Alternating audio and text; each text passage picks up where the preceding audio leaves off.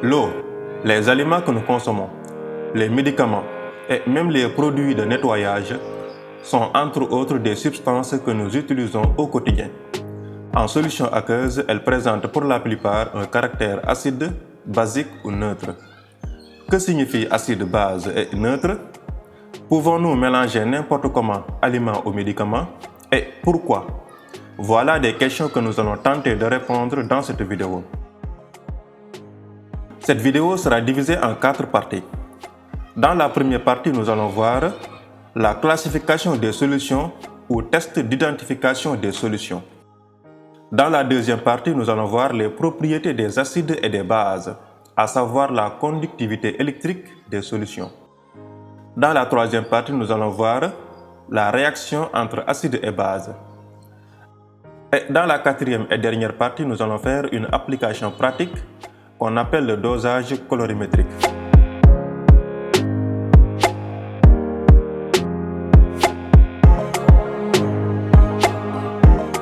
Salut à toi et bienvenue à KSP Mentalité Science. Tu es élève ou étudiant ou tu es simplement intéressé par les sujets scientifiques, alors KSP est pour toi. Nous produisons des contenus vidéo accompagnés d'images et d'animations 3D à travers lesquels tu pourras apprendre ou approfondir tes connaissances dans le domaine des sciences physiques avec facilité. KSP se veut être un trait d'union entre les connaissances théoriques et les compétences pratiques. Alors, je t'invite à t'abonner à notre chaîne pour avoir accès à toutes nos vidéos et à partager cette vidéo pour nous aider à le faire connaître à un maximum de personnes. Nous allons cependant entamer la première partie de cette vidéo, la classification des solutions ou test d'identification des solutions. Pour ce faire, nous allons utiliser un produit chimique qu'on appelle indicateur coloré. Un indicateur coloré est une substance chimique qui change de couleur en fonction de la nature acide, basique ou neutre de la solution dans laquelle il est introduit. Il existe plusieurs types d'indicateurs colorés, mais nous allons faire le test avec le bleu de bromothymol, BBT, que nous avons ici dans ce flacon compte-gouttes. Dans ce tube à essai, nous avons mis un peu d'acide chlorhydrique en solution aqueuse. Dans ce deuxième tube à essai, de l'hydroxyde de sodium en solution aqueuse. Et dans ce troisième tube à essai, un peu d'eau pure. Ensuite, nous introduisons quelques gouttes de bleu de bromothymol dans le premier tube à essai et nous constatons automatiquement un changement de couleur de la solution. La solution d'acide chlorhydrique vire au jaune. Nous introduisons quelques gouttes de bleu de bromothymol dans le deuxième tube à essai et nous constatons que la solution d'hydroxyde de sodium vire au bleu. Et enfin, nous introduisons quelques gouttes de bleu de bromothymol dans le troisième tube à essai et nous constatons que l'eau pure vire au vert. Ces changements de couleur indiquent le caractère acide, basique ou neutre des solutions. Nous pouvons cependant définir la solution acide. Une solution est dite acide si elle fait virer le bleu de bromothymol au jaune, de même que la solution basique. Une solution est dite basique si elle fait virer le bleu de bromothymol au bleu. Et pour les solutions neutres, une solution est neutre si elle fait virer le bleu de bromothymol au vert. Voilà donc un moyen simple pour déterminer la nature d'une solution. Cependant, nous allons passer aux propriétés des solutions acides et basiques, en l'occurrence la conductivité électrique. La conductivité électrique signifie la capacité d'un corps à conduire le courant électrique. Pour déterminer la conductivité électrique d'une solution, on peut réaliser le montage ci-présent. Nous disposons d'un générateur de courant électrique, d'une lampe, d'un bécher dans lequel on introduit la solution dont on veut déterminer la conductivité électrique. Nous disposons aussi de 2 barres métalliques trempées dans la solution qu'on appelle électrodes et des fils de connexion à pince crocodile pour fermer le circuit électrique. Cependant, si la lampe s'allume, cela veut dire que la solution conduit le courant électrique. Et dans le cas contraire, la solution ne conduit pas le courant électrique. On fait une première expérience avec une solution d'acide chlorhydrique. Nous constatons que la lampe s'allume. Donc, les solutions acides conduisent le courant électrique. On fait une deuxième expérience avec une solution d'hydroxyde de sodium. Nous constatons aussi que la lampe s'allume. Donc, les solutions basiques conduisent le courant électrique. Et pour les solutions neutres, nous allons réaliser deux montages. Un avec une solution aqueuse de sel et un autre avec une solution aqueuse de sucre. Nous constatons que l'eau salée conduit le courant électrique et que l'eau sucrée ne conduit pas le courant électrique. Donc, certaines solutions neutres conduisent le courant électrique alors que d'autres ne conduisent pas le courant électrique. Alors, vous vous demandez sûrement pourquoi certaines solutions conduisent le courant électrique alors que d'autres ne conduisent pas le courant électrique. Eh bien, d'une manière générale, les solutions qui conduisent le courant électrique contiennent des ions. On les appelle des électrolytes. Et les solutions qui ne contiennent pas d'ions ne conduisent pas le courant électrique. Nous allons retenir de ces expériences que les solutions acides contiennent des ions H3O+ ou H+. Et les solutions basiques contiennent des ions HO-. Ce sont des solutions ioniques. On les appelle des électrolytes. Elles conduisent le courant électrique. Il y a des solutions neutres électrolytes et des solutions neutres non électrolytes.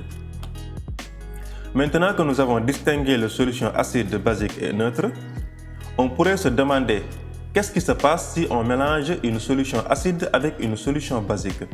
C'est ce que nous allons voir dans la troisième partie de cette vidéo, la réaction entre acide et base.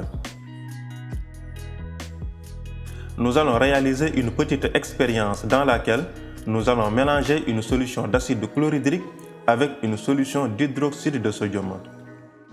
Dans un bécher contenant de l'acide chlorhydrique, on met quelques gouttes de bleu de bromothymol pour avoir la coloration jaune. Puis, on introduit un thermomètre qui mesure la température. Ensuite, nous versons la solution d'hydroxyde de sodium dans l'acide. Nous constatons que la couleur de la solution passe du jaune au bleu. Nous constatons aussi que le thermomètre indique une augmentation de température de la solution. Alors, qu'est-ce qui se passe? L'augmentation de température montre qu'il s'est produit une réaction chimique entre l'acide chlorhydrique et l'hydroxyde de sodium. Et il se forme du sel et de l'eau. Une réaction chimique qui produit une augmentation de température est appelée réaction exothermique. Le passage de la coloration jaune à la coloration bleue montre que la solution est passée du caractère acide au caractère basique. Donc, lorsqu'on mélange une solution acide avec une solution basique, si le nombre de moles d'acide est supérieur au nombre de moles de base, alors la solution est acide. Si le nombre de moles d'acide est inférieur au nombre de moles de base, alors la solution est basique. Et si le nombre de moles d'acide est égal au nombre de moles de base, alors la solution est neutre. C'est ce qu'on appelle la neutralisation. Donc, faisons attention lorsque nous mélangeons des aliments ou des médicaments. Dites-moi dans les commentaires ce qui se passe si on mélange deux solutions acides ou deux solutions basiques. De passage, abonnez-vous si ce n'est pas encore fait. Nous pouvons cependant écrire l'équation de la réaction qui s'est produite. Nous avons HCl plus NaOH qui donne NaCl plus H2O. Je rappelle que HCl c'est l'acide chlorhydrique, NaOH c'est l'hydroxyde de sodium. L'équation peut aussi s'écrire sous sa forme ionique. Nous avons H plus Cl plus Na plus HO donne Na plus Cl plus H plus HO-. L'équation ionique de la réaction. D'une manière générale, nous avons acide plus base donne sel plus eau. Nous arrivons à présent à la quatrième et dernière partie de cette vidéo dans laquelle nous allons faire une manipulation pratique très importante et qui est beaucoup utilisée au laboratoire, le dosage colorimétrique. Le dosage colorimétrique, aussi appelé titrage, consiste à déterminer la concentration d'une solution acide ou basique inconnue. Nous disposons ici d'une solution à titrer d'acide chlorhydrique de concentration Ca inconnue. Notre objectif est de déterminer sa concentration. Pour ce faire, nous allons utiliser une solution titrante d'hydroxyde de sodium de concentration Cb égale 0,10 mol par litre. Nous aurons aussi besoin de BBT comme indicateur coloré. Pour le matériel, nous aurons besoin d'une burette graduée. La particularité de la burette graduée, c'est qu'elle est composée d'un robinet qui permet de contrôler le volume de solution qu'on verse et de graduation qui permet de lire avec précision le volume de solution versé. Nous aurons aussi besoin d'une potence qui permet de fixer la burette graduée. Nous aurons aussi besoin d'un agitateur magnétique et d'un barreau aimanté pour agiter instantanément la solution. On commence par fixer la burette verticalement sur la potence, ensuite on la remplit avec notre solution d'hydroxyde de sodium jusqu'à la graduation 0. On place l'agitateur magnétique sous la burette. Ensuite, on prélève 20 ml de solution d'acide chlorhydrique attitré. Dans un bécher, on met quelques gouttes de bleu de bromothymol pour avoir cette coloration jaune, puis on pose le bécher sur l'agitateur magnétique et on introduit le barreau aimanté dans le bécher. Voilà, maintenant tout est en place. Nous pouvons commencer le dosage. Le dosage se fait en 2 étapes. La première étape, qu'on appelle essai grossier ou dosage rapide, permet d'encadrer la zone de virage.